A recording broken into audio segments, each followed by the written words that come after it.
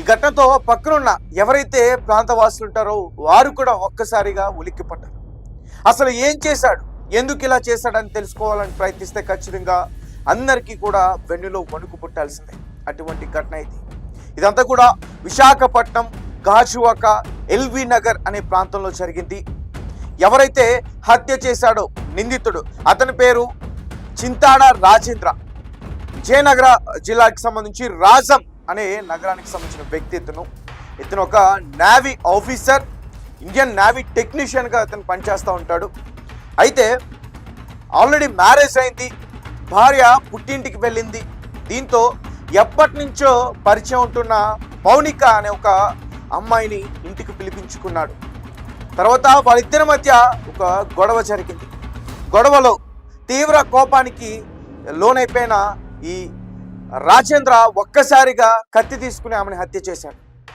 తర్వాత ఎక్కడ నన్ను పోలీసులు అరెస్ట్ చేస్తారు, నన్ను జైల్లో పెట్టి శిక్షిస్తారని చెప్పి అతను ఏం చేశాడంటే, ఈ మధ్యకాలంలో చాలామంది కూడా కిల్లర్స్ వెబ్ సిరీస్లు ఇలాంటి సినిమాలు చూసి ఎక్కువగా ఇలా హత్మార్చే ప్రయత్నం చేస్తూ ఉంటారు.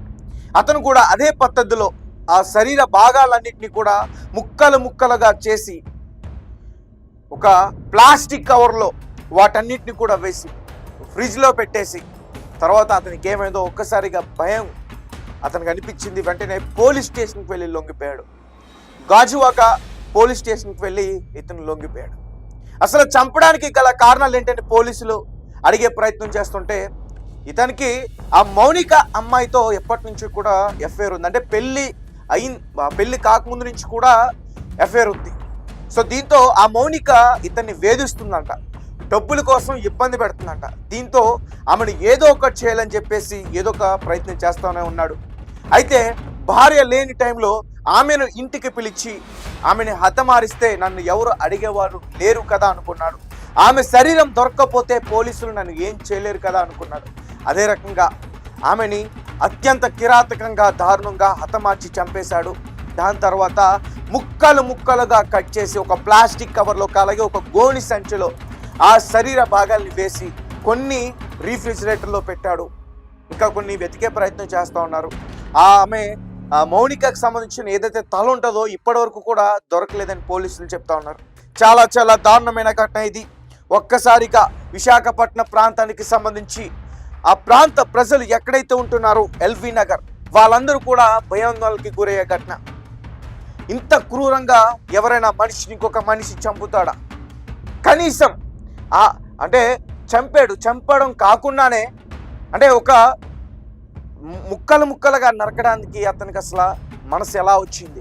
అంత రాక్షసులాగా అంత క్రూరంగా ఎలా ఆలోచించాడు అని చెప్పేసి ఆ పక్కన ఎవరైతే నివాసులు ఉంటారో వాళ్ళు కూడా భయపడుతున్న పరిస్థితి. ఇన్ని రోజులు ఇతనితో పాటు మనం ఇక్కడ ఉంటున్నామా అంటూ కూడా చాలామంది భయపడతా ఉన్నారు. అలాగే ఆ మౌనిక ఎవరు, ఇతనికి ఎలా పరిచయం అనే విషయం ఇంకా పోలీసులు దర్యాప్తు చేస్తూ ఉన్నారు. ఒక విషయం అయితే క్లియర్గా తెలిసింది, మౌనికకి అలాగే రాజేంద్రకి ఇద్దరికైతే మాత్రం ఎఫ్ఐఆర్ అయితే ఉంది. పెళ్లి కాకముందు నుంచి కూడా వీళ్ళిద్దరూ ప్రేమాన్ని కొనసాగిస్తూ ఉన్నారు. మరి వీళ్ళిద్దరి మధ్య ఏం జరిగిందో ఏంటో, ఇతను ఆమెను ఎందుకు హత్య చేయాలనుకున్నాడో పూర్తిగా తెలియదు. కానీ ఒక విషయం అయితే చెప్తా ఉన్నాడు, ఆమె నన్ను డబ్బులు డిమాండ్ చేస్తుంది, నేను ఇప్పటివరకు ఆమెకి చాలా డబ్బులు ఇచ్చా, ఇంకా నన్ను డబ్బులు డిమాండ్ చేసే ప్రయత్నం చేస్తుంది, నన్ను బ్లాక్మెయిల్ చేస్తుంది, అంచేత నేను ఆమెను హతమార్చానంటూ కూడా పోలీసులకి అతను చెప్పాడంటూ కూడా చెప్తున్నారు. ఒక Indian navy technician, navy officer ఇలాంటి దారుణానికి ఒడిగట్టడానికి నిజంగా చాలా చాలా దారుణం అంటూ కూడా చెప్తా ఉన్నారు. చింతాడ రాజేంద్ర విజయనగర ప్రాంతానికి సంబంధించిన ఈ వ్యక్తి ఒక్కసారిగా ఆంధ్ర రాష్ట్రం మొత్తం ఉలిక్కిపడేలాంటి ఒక హత్య అయితే చేశాడు. రీసెంట్గా తెలంగాణలో మనం ఇటువంటి ఘటన ఒకటి చూసాం. ముఖ్యంగా హైదరాబాద్ మీర్పేట్ పోలీస్ స్టేషన్ పరిధిలో జరిగిన ఘటన. ఒక వ్యక్తి తన భార్యని అత్యంత కిరాతకంగా నరికి ముక్కలు ముక్కలుగా చేసి ఇలానే ఒక రోకలతో వాటిని దంచి కుక్కర్లో వేసి ఉడికించి వాటిని పొడి చేసి తర్వాత చెరువులోకి తీసుకెళ్లి పడేసిన ఆ ఘటన ఇంకా మర్చిపోలేదు. అట్లాంటి ఘటన మర్చిపోయేలోపే ఇంకొకటి ఈ వ్యక్తి ఈ ఘటనకు పాల్పడ్డాడు. అయితే ఇక్కడ ఒక విషయం మీకు క్లియర్గా చెప్పాలి. అదేంటంటే రీసెంట్గా జరిగిన మీర్పేటలో ఘటన ఏదైతే ఉందో, అతను కూడా ఒక మిలిటరీ ఆఫీసర్, ఒక ఎక్స్ ఆర్మీ అతను, తర్వాత సెక్యూరిటీ గార్డ్గా జాయిన్ అయ్యాడు.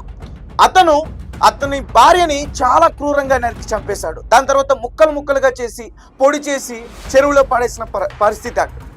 అయితే ఇప్పుడు కూడా విశాఖపట్నంలో జరిగిన ఘటన ఏదైతే ఉందో, అక్కడ కూడా ఒక నేవీ ఆఫీసర్ అతను కూడా అదే పద్ధతిలో ముక్కలుగా నరికి ఆ ప్రియురాలు ఎవరైతే ఆ బాడీ ఉందో ఒక సంచిలో వేసి పోలీసులకు వెళ్ళి లొంగిపోయాడు.